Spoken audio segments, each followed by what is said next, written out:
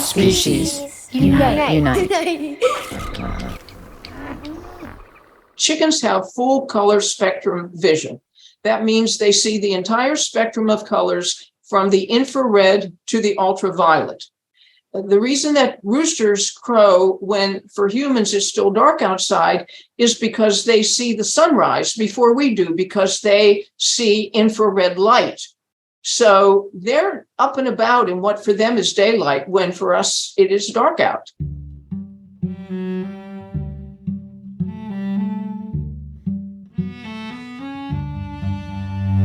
Hi, I'm Elizabeth Novogratz. This is Species Unite. We have a favor to ask. If you like today's episode and you have a spare minute, could you please rate and review Species Unite on Apple Podcasts or wherever you listen to podcasts?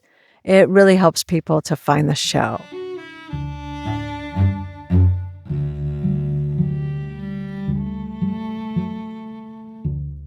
This conversation is with Karen Davis. Karen is the president and founder of United Poultry Concerns. They're an organization that promotes the compassionate and respectful treatment of domesticated birds.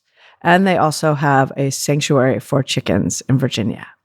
Karen and I did this interview as a live episode in June because, well, chickens are the most abused land animal on the planet, and because I wanted to know more about them. Every year, a staggering 70 billion chickens are raised and slaughtered for meat, and around 300 million more are kept for egg production. Before this interview, like I said, I didn't know much about them, so I wanted to talk to Karen because she knows almost all there is to know about chickens. She's written numerous books about them. Her most recent is called For the Birds: From Exploitation to Liberation, Essays on Chickens, Turkeys, and Other Domesticated Fowl.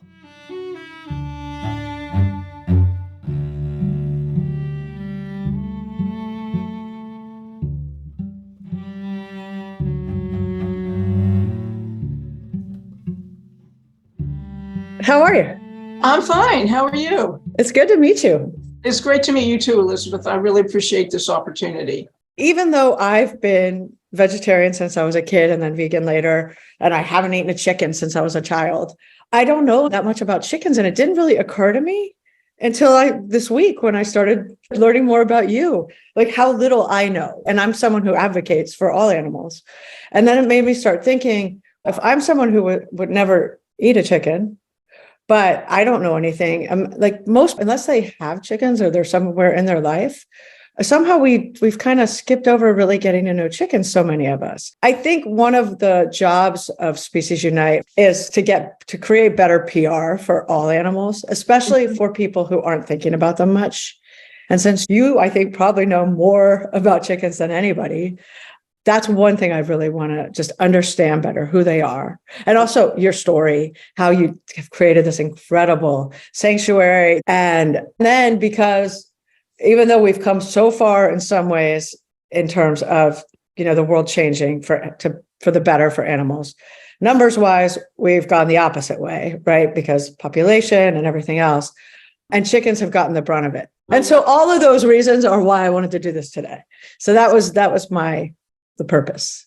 As you're saying, even within the animal advocacy movement, most people are not familiar with chickens, period. They've not met them.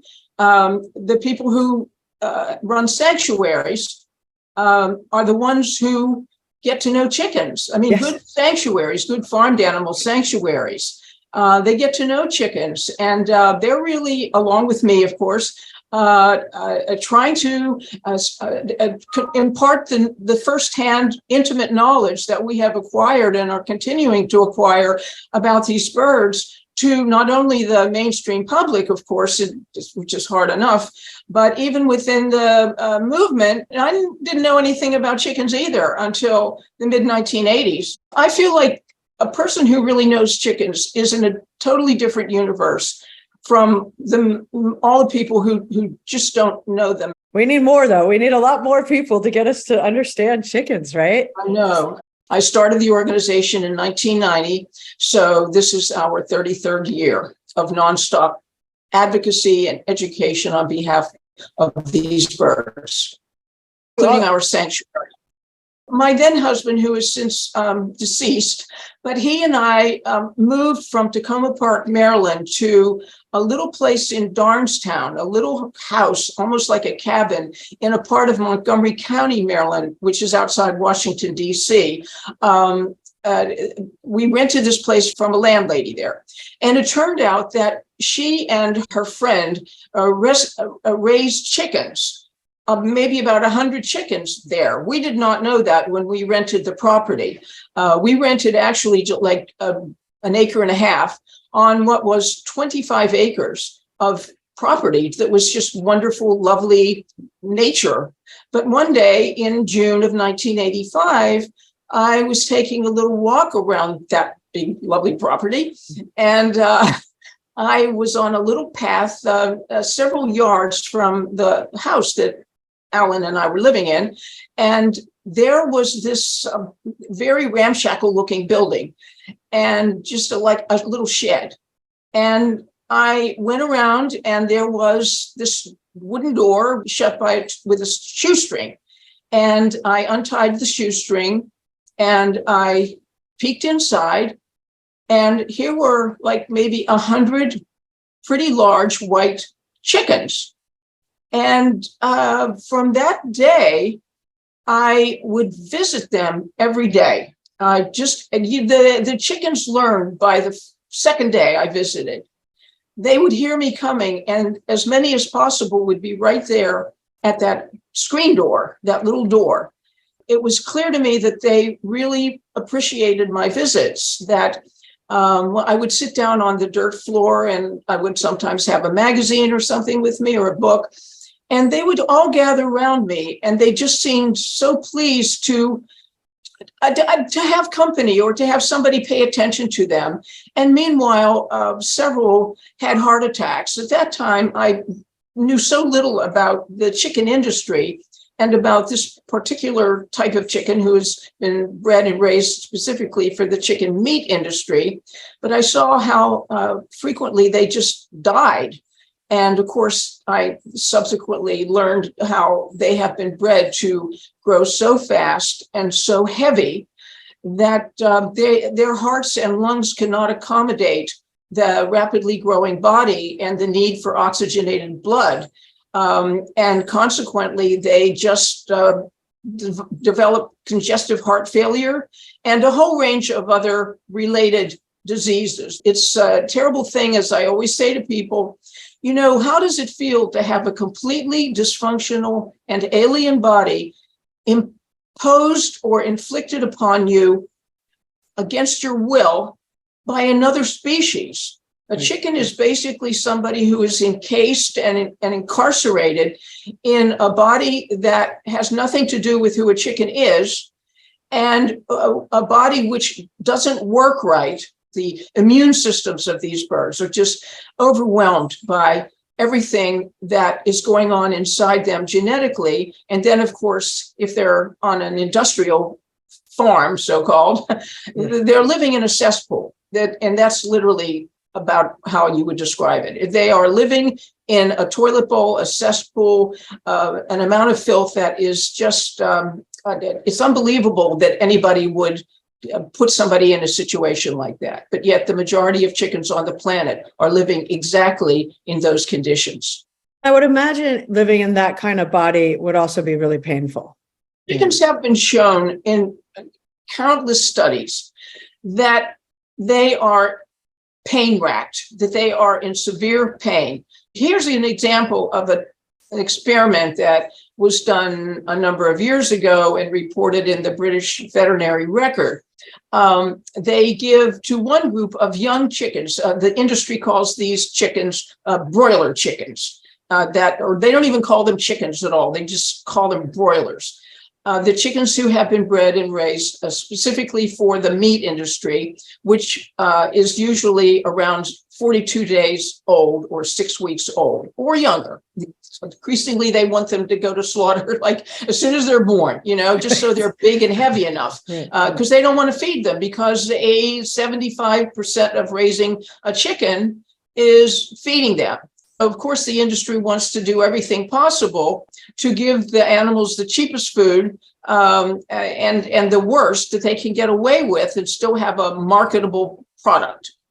But anyway, so the chickens are on a horrible diet. They're living in a cesspool and their bodies are racked with pain, disproportion, everything else. So this study was done and reported in the veterinary record where researchers give the chickens a bowl of food which has no painkiller medication in it, no pain reliever. And then they give them another bowl which does have pain reliever. And the researcher said that it took them almost no time to figure out which food had relieved their pain. Right. So that showed two things. One is chickens learn very quickly what matters to them. And secondly, that they are in pain because they overwhelmingly chose the food with the pain reliever medication in it. So that's a very important indicator that these birds are suffering pain. These chickens are like weighing 5-6 pounds at 5 to 6 weeks of age. A normal chicken that age is just a little tiny chick, very tiny and weighing barely a pound. And for several months, a number of years ago, just to show you the difference in proportion, and this is on our website, we had a large chicken from the rooster from the chicken meat industry named Felix, who had fallen off a truck, which frequently happens. And Felix was one of those chickens who had the good luck to have been rescued and brought to our sanctuary. At the same time, a little tiny black female chick had been rescued by somebody from a school hatching project. So both of them lived together in our kitchen. You had the little tiny black hen and the huge white chicken. We now call them Cornish crosses. That is the animal advocates and farmed animal sanctuary people. We call them Cornish crosses because the Cornish chicken is one of the bases of their genetics. But anyway, the little hen, Gabby, she just would run all over his back. He was crippled. He couldn't get up on his legs. So he never stood up. He had to just sit. You could tell he just loved having this little creature darting all around him and sometimes going under his feathers and walking around on his back and all of that. And they really got along so beautifully. But again, you saw how tiny she was at the same age, roughly the same age as he was, and his huge size. He's like that big and she's like that big. So anyway, to talk about the intelligence and emotions of chickens, one day I was sitting here at the computer on a Friday morning around 9 o'clock working, and all of a sudden, Gabby, the little tiny hen, black hen, came running in here and chirping loudly. You could tell she was very distressed. And she came right in here and I followed her out to the kitchen. And at first I looked at on the mat where the two of them normally sat, and Felix was not there. And so I looked around the corner of the kitchen, and there he was. He had his head stuck in the corner next to the radiator, and he had a heart attack. And again, he was a baby, but that happens all the time to these heavy white chickens bred for the meat industry. So Gabby was very upset. I mean, that she was cheeping loudly, not like a contented peep or anything like that. It was clear she was very distressed and had a message for me, wanted me to know about what had happened to her friend. The chickens at your sanctuary, where did the majority come from? We have chickens from the chicken meat industry, partly because we live down here where the chicken industry, the so-called birthplace of the broiler industry, specifically Delaware, but the entire Delmarva Peninsula, Delaware, Maryland, Virginia, the eastern shore of Delaware, Maryland, and Virginia. This is what the industry calls the birthplace of the broiler industry. We started in Maryland, and then in 1998, we purchased this 25-acre property that would belong to us as opposed to just being a personal. This is whole property belongs to United Poultry Concerns. So that's one big source of chickens, of our chickens. And then in addition, over the years, we've taken in many hens from the egg industry. Most of them are the white leghorn hens, who are the main type of hen used by the U.S. egg industry. They have been bred to be very small and compact and to lay an abnormal number of eggs, like chickens, as I mentioned, will normally, in this tropical forest from which they derived, will lay 2 clutches, each of about a dozen eggs, spring, then again in summer, raise those 2 groups of baby chicks, and then that's it for the rest of the year. Right. But the egg industry has bred hens to lay 250 to 300 eggs per hen per year. Wow. So again, you can't even really imagine the burden on the hen's body to go from laying 2 dozen eggs to laying 250 or 300 eggs. So, of course, this causes all kinds of reproductive problems in the birds. Ovarian tumors are very common. And again, just related internal disabilities and so on.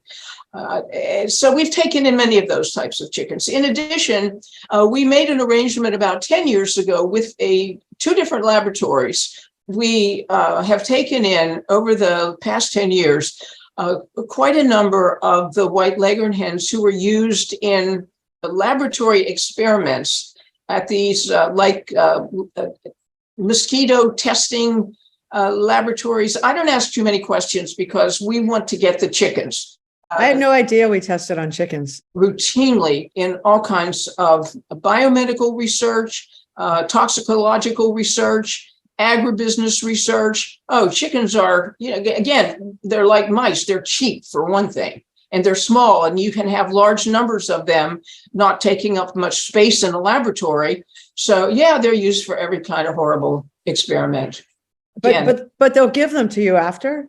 Well, again, these chickens have the good fortune, at least the ones who we've seen, because otherwise they would send them to the zoo, typically to be eaten live by the predator or the raptors and the reptiles who eat only live animals. So, and I mean, the deeper you go into the bowels of all of this, the more unspeakably horrific it is. But in any case, these particular chickens who have come from those 2 laboratories to our sanctuary have been in a very good shape. For one thing, they're not debeaked, and that's a big thing. Typically, as soon as hens are born into the hatcheries, they go to what's called the servicing rooms, where their beaks are burned off or sliced off or lasered off. So at least these chickens from the laboratories, these hens, are not debeaked. They're not beak trimmed. And usually I would say, in fact, they are very clean. After all, they haven't been living in a filthy battery cage facility. They're living in a sterile laboratory, so their feathers are clean. And in general, they do quite well here in our sanctuary. They're ready. As soon as chickens see an environment that they genetically recognize, they are very quick to adapt to it, and more than adapt, they are ready to go. They start taking a dust bath almost immediately, which for a chicken is comparable to a water bath for us. That's how they clean their bodies. So that's one of the very first things, if not the first thing, that the chickens will do when they are set for the first time in their lives on the actual ground. And they recognize the ground. They recognize it genetically. It's part of who they are. The external environment in which they evolved is part of who they are genetically. And they often are very, or to some extent, or severely osteoporotic, particularly if they have come from battery cages. First of all, because of the abnormal demand for calcium to keep making these eggshells. And then also because they don't get any exercise, so their bones are weak and fragile. But once they start running around and in outdoors, and they get to move, their bones strengthen. And then even their beaks will eventually become more normal because they start digging with their beaks in the ground. They start exploring, and they want to perch. Chickens like to be up high, particularly at night. They want to get up on something above the ground. And it partly makes sense because, well, first of all, they're birds and they sleep in the trees if they're in their tropical forest habitat. So that desire has not been bred out of them at all. Will you talk about how they see? I didn't know this until I learned more about you. When I learned about it, I was thinking, oh my God, all those chickens were kept inside their entire lives in the dark, but their sight and how they see. Will you talk about that? That's fascinating. Chickens have full color spectrum vision. That means they see the entire spectrum of colors from the infrared to the ultraviolet. The reason that roosters crow when for humans it's still dark outside is because they see the sunrise before we do, because they see infrared light. So they're up and about in what for them is daylight, when for us it is dark out. And chickens, they respond to colors. Colors are important to them. And when you think that they are forced to live in what is basically a shit-colored place where there's nothing but brown, essentially. There's nothing but and it's not only the ground. Now they do have these red feeders in there, and that's just so they'll easily find their feeders in the brown, otherwise all brown, because all the industry wants them to do is eat. They look at it strictly as this is like a business marvel. It's a marvel of capitalism. It's a marvel of creating all this product at cheap prices for not only our country, but the entire world. Will you talk about the fact that chickens are the most consumed, most brutalized land animal on Earth? When did that actually happen, that they like shot up to number one? Well, a lot of things happened. Again, if you read literature, just regular literature like Uncle Tom's Cabin or a lot of different books, Sure. And they're based on in the past, whether it's America or Britain or wherever, Germany, you'll see that the idea of even among poor people or poorer people is that they can at least kill a chicken for a special occasion, maybe for Sunday dinner or something like that. So chicken has always been, ever since they had the misfortune of being discovered by the Europeans, I guess, and the people in Asia, to be considered, they're easy to raise and you can, they've been eaten forever, like 10,000 years or so. So in the mid 40s, this idea came along of these contests in the late 40s and early 50s. The contests were sponsored by the the A&P, the Atlantic and Pacific Tea Company, which when I was young, the A&P stores were like the first supermarkets, A&P. So they sponsored these contests as to who could create the fastest growing, largest, fastest growing chicken. And they talked about it was called the Chicken of Tomorrow contest. And they did several of these contests between, I think it was 1949 and 1952. But anyway, lo and behold, the winner of these Chicken Tomorrow contests was Van Tress, Cobb Van Tress, a California farmer or company. It was, well, anyway, all of this ended up becoming Tyson food. Tyson originated in Springdale, Arkansas, which is still their home base. And I guess Tyson bought up the genetic strains of Cobb Van Tress. It's COBB-VANTRESS. And this whole business, and then it was Truman, I think, who talked at the end of World War II, or near the end of it, that America was soon going to have a chicken in every pot, that we're going to see that America has a chicken in every pot. And as well, anyway, I won't get into that right now. But the thing is, there was this whole idea that, chicken was going to be the new thing that was going to be available to everybody, mass produced, mass consumed. And so, you start out at, there are a few hundred, and then there are a couple million. And then there are, I think, when I first published my first edition of Prison Chickens, Poisoned Eggs in 1996, I think the number of chickens in this country alone was something like 7 billion. And now it's 9 or more billion, and it's like 70 billion worldwide.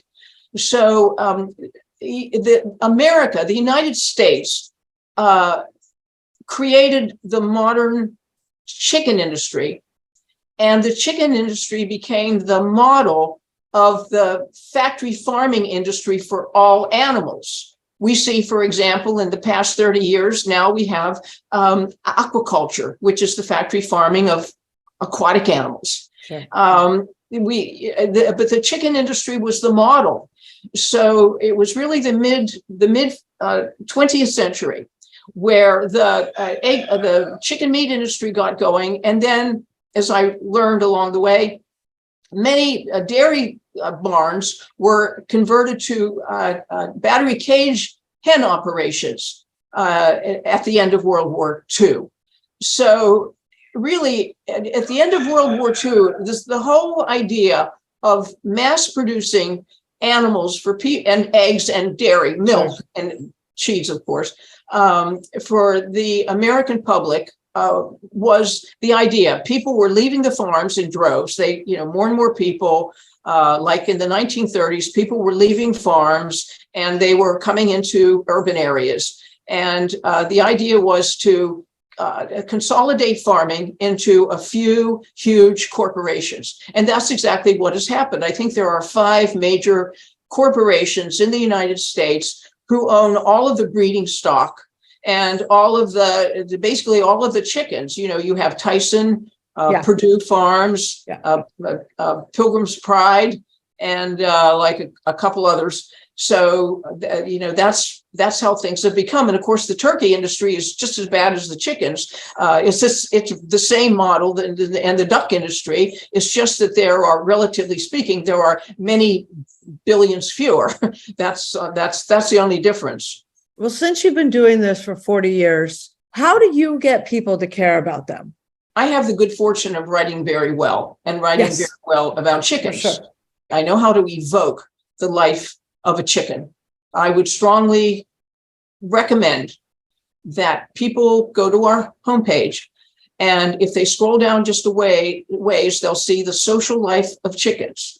It's how they walk, how they run, what they choose to do during the day, their wide range of vocalizations. I mean, chickens don't just crow and cluck. They have their own way of saying things to each other, and things that matter to them that I may not even recognize as mattering to them, although I think I've gotten about as close to that as possible, because you can see, like, when they're scared, for example.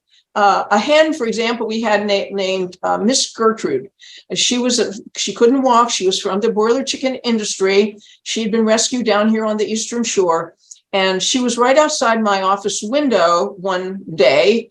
And I walked out there, and she was with 2 other chickens, actually. And she was just so upset. She was, her voice and her body language told me there's something very disturbing happening out here. And there were the other 2 hens with her. And then I looked, we're on the edge of the forest. And I looked at the edge of the forest right beyond our yard, and there was a fox. Gertrude knew right away. She was helpless. She couldn't escape. And the other ones were sticking right by her. they have so many ways of communicating to one another and to you that they're happy or they're not feeling good. I point out how when chickens are happy, their tail is up, their eyes are very bright and alert. We already talked about how they have much better eyesight than we do. And I should mention they have much better hearing than we do. One reason chickens have excellent hearing, as so many animals do in the tropical forest, is because there's so much foliage everywhere that they have to be able to communicate through hearing. They have to be able to hear each other as well as to see each other. And they yell. Tropical forest dwelling animals, monkeys, the peafowl, chickens. Chickens are like peafowl. They're pheasants. They're all pheasants, and they're from the tropical forests of Asia and the foothills of the Himalayan mountains. And they scream and screech parrots. Yep. They yell to one another because they are communicating through dense foliage. So they see well, they hear well, much better than we see or hear. Our stereotypes about the natural world are just ignorant. They're just ignorant. And they've caused so much suffering and destruction. And how do we get people to care? That's the question I want you to answer, actually. Which one? How do we get people to care? One way to get them to care is to tell them a story and tell them, well, here's what caused me to decide I didn't want to eat animals anymore. And then finally to decide, I just really don't want animal products anymore. And here's what happened to me. I tell them, I grew up eating meat. I grew up eating a ton of meat. I grew up not ever making a connection between meat and an animal. I can't even believe it. What would I do at lunchtime? I would run up to the huge Lexington market. And what would I buy up there? A barbecued chicken. And I would run, because they, had their head removed and all that and their claws, but notwithstanding. So I would run back. I was living in a boarding house. I would run up to my room. I only had a single room with a big iron bed that took almost the whole room up. And I would sit on the floor and devour that dead chicken. And one time I discovered like a sort of rubbery vein type of thing. And I pulled that out and I was like, what is that? But what is so distressing about that is it was like an aesthetic revulsion. It was Right. like, ew, what is that? But it didn't make me think about that I was eating a bird who had been alive, had somehow ended up dead. I don't know why, but I'll tell you what woke me up if we have a moment. Yeah. It was in 1974. I was living in Baltimore. I was working as a juvenile probation counselor. And I had gotten this book, a collection of essays by Tolstoy out of the local library. And there was an essay called The First Step. It was the first step, as he describes in his book. This happened to him very late in life. He was an avid meat eater and fox hunter and everything else. But he visited a Moscow slaughterhouse, maybe more than one. And he described the cows and the lambs. Mm-hmm. And he talked about talking to one of the slaughterers, and the slaughterer said something like, oh, the cow, they come up to you trustingly, poor things. And he said, but what are we going to do? We have to eat meat. When he said that, they come up to you trustingly, poor things. So when I read that, I'm like, oh my God, I mean, how did I not know this? And yet the other thing is that it took 10 years until 1983 when I read two books. One was Peter Singer's Animal Liberation and the Cookbook for People Who Love Animals, published by The Farm, a co-op in Summertown, Tennessee. And in fact, it was they publish a wide variety, particularly of vegan and vegetarian cookbooks. And they published my book, Prison Chickens, Poisoned Eggs, in 2 editions. But it was like amongst those recipes, those vegan recipes were like little snatches of information. And did you know, for example, that dairy cows, okay, their udders have been artificially bred to be so huge and heavy, they weigh the cows down, and their udders often just drag on the floor of the milking parlor, and the workers just tramp on their udders as they walk around, and how that's also a major reason why cows suffer almost uniformly everywhere from an extremely painful disease called mastitis. I mean, when I read down on the factory farm, I didn't need any reason to stop eating eggs then or any other animal product. All I had to do was read how these animals are living, and that is it. I didn't want milk anymore. I didn't want eggs anymore. That was the end of that. Right. Thank you. Thank you so much for today. Thank you so much for the past 40 years of your work. And one day I would love to visit the sanctuary. So thank you. It's been a pleasure and a real privilege. I appreciate everything.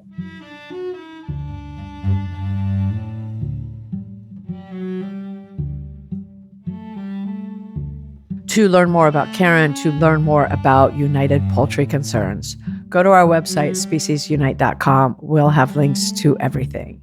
We're on Facebook and Instagram at Species Unite. If you have a spare moment and could do us a favor, please subscribe, rate, review on Apple Podcasts or wherever you listen to podcasts. It really helps people find the show. If you'd like to support the podcast, we'd greatly appreciate it. Go to our website, speciesunite.com, and click donate. I would like to thank everyone at Species Unite, including Gary Knutson, Caitlin Pierce, Amy Jones, Paul Healy, Santina Polke, Ayana Peoples, Olivia Deming, and Anna Kalner, who wrote and performed today's music. Thank you for listening. Have a wonderful day.